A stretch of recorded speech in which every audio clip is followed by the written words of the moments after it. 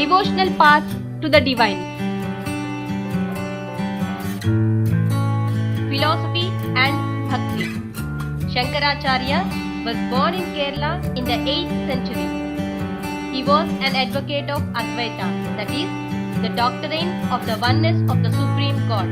He preached adoption of the path of knowledge to understand the true nature of Brahma and attain salvation. Ramanuja. Ramanuja, born in South India in the 11th century, was deeply influenced by the Alvars. According to him, the best means of attaining salvation was through intense devotion to Lord Vishnu. Vishnu helps to devotee to attain the bliss of union with him. He propounded the doctrine of Vishishta Advaita, according to which the soul, even when united with the Supreme God, remained distinct. Basavanna's Veerashaivism. This Veerashaivisha movement began in Karnataka in the mid-12th century. This movement, initiated by Basavanna and his companions like Alama Prabhu and Akka Mahadevi. The Veerashaivas strongly argued for the equity of all human beings and against caste and the treatment of women. They were also against all forms of ritual and ideal worship. The Saint of Maharashtra. From the 13th to 17th centuries, a great number of Maharashtra saint poets whose songs in Marathi inspired people. The most among them were Jnaneshwar, Namdev, Eknath and Tukaram, as well as women like Sakkubai and the family of Chokkamela, who belonged to the untouchable Mahara caste. This regional tradition of Bhakti focused on the Vithala temple in Pandharpur, residing in the hearts of all people. These saint poets rejected all forms of ritualism, social defense based on birth. They even rejected the idea of renunciation and preferred to live with their families, earning livelihood like other persons. They insisted that Bhakti lay in sharing others' pain. The famous Gujarat saint Narsi Mehta said that Vaishnavas are those who understand the pain of others. Nathpanthis, Siddhas and Yogis. A number of religious groups that emerged during the period criticized the ritual and other aspects of conventional religion and social order using simple, logical arguments. Among them were the Nathpanthis, Siddhacharas and Yogis. They advocated renunciation in the world. To them, the path to the salvation lay in the meditation on the formless ultimate. To achieve this, they advocated intense training of the mind and body through practice like yogasanas, breathing exercises and meditation. Islam and Sufism. Sufis were Muslim mystics.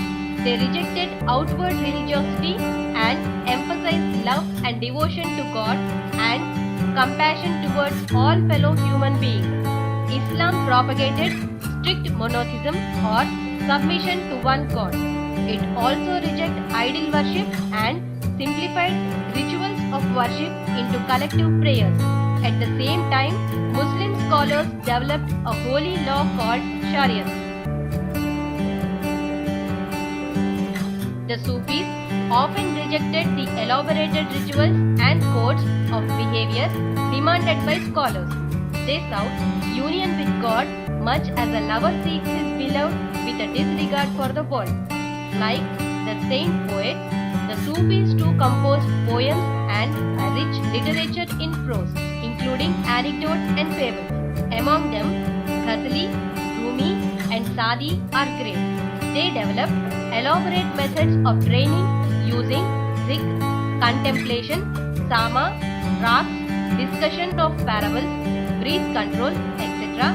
under the guidance of masters or peers. A large number of Sufis from Central Asia settled in Hindustan from the 11th century onwards. This process was strengthened with the establishment of the Delhi Sultan when several Sufi centers developed all over the subcontinent.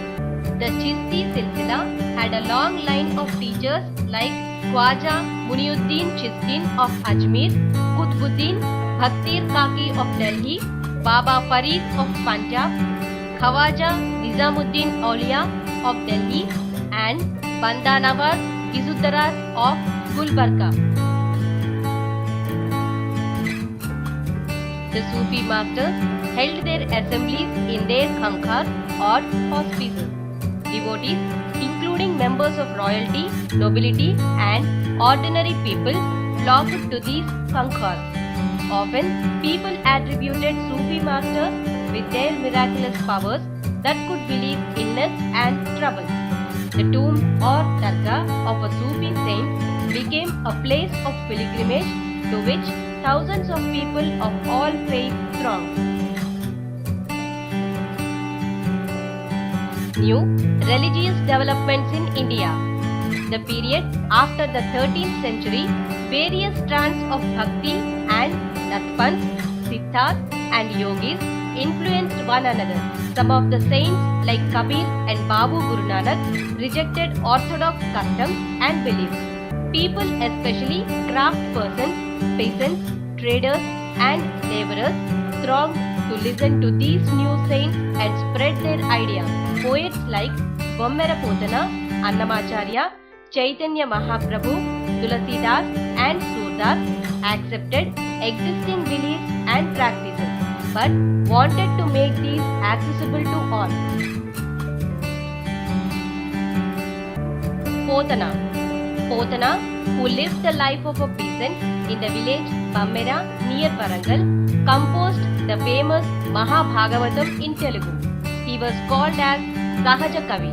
He wrote his devotional feelings in a lucid poetry.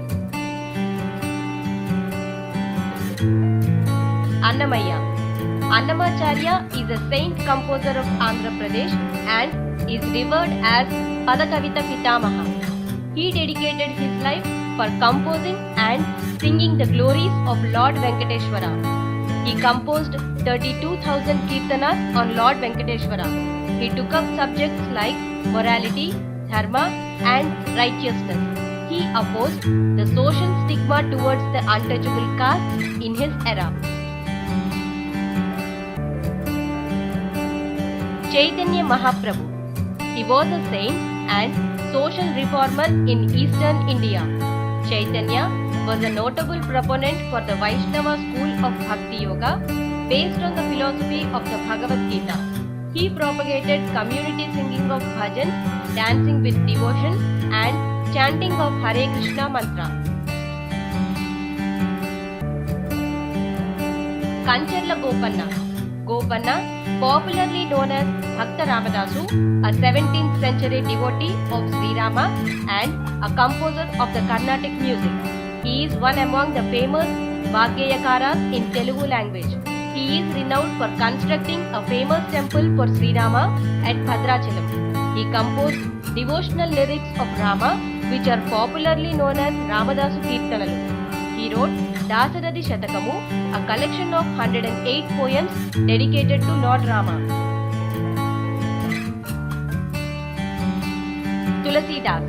Tulasidas' composition, the Ramacharita Manasa, written in Awadhi language in eastern Uttar Pradesh, is important for his devotion and literary works.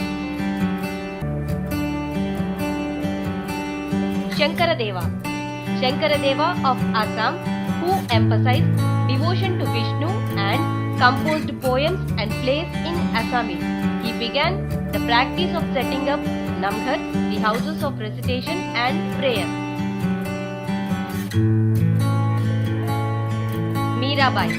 Mirabai was Rajput princess, married royal family of Mewar in 16th century.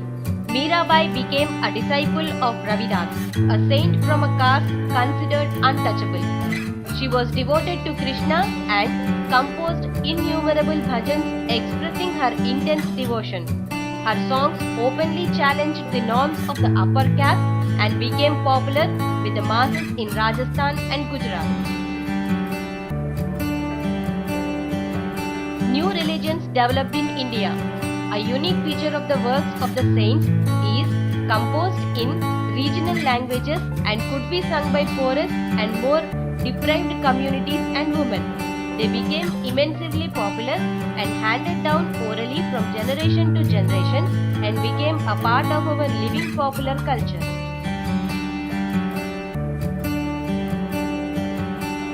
A closer look, Kabir. Kabir probably lived in the 15th to 16th centuries, was one of the most influential saints. He was brought up in a family of Muslim Julas near the city of Banaras. His ideas, composed by him, the verses called Shakhis and Pads, sung by wandering bhajan singers. Some of his works collected and preserved in the Guru Granth Sahib, Panchavani and Baijak. Kabir's teachings were based on the complete vehement rejection of the major religious traditions. His teachings openly ridiculed all forms of external worship, both Hinduism and Islam, priestly classes and a caste system. The language of his poetry was in the form of spoken Hindi, widely understood by ordinary people. Kabir believed in the formless Supreme God and preached that the only path to salvation was through bhakti or devotion. Kabir drew his followers among Hindus and Muslims. A closer look, Baba Guru Nanak. Guru Nanak, born at Talwandi. Nanak travelled widely before establishing a center at Kartarpur on the river Ravi.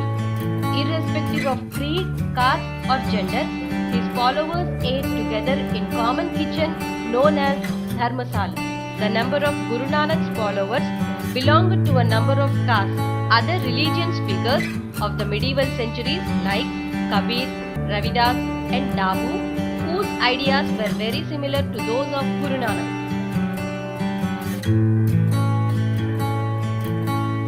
He used the terms Naam, Dan and Isnan, which actually meant right worship, welfare of others and purity of conduct. He also insisted Naam Japna, Kirti Karna and Van Chakna, which means right belief and worship honest living and help others. Thus, Guru Nanak's idea of equality had social and political implications.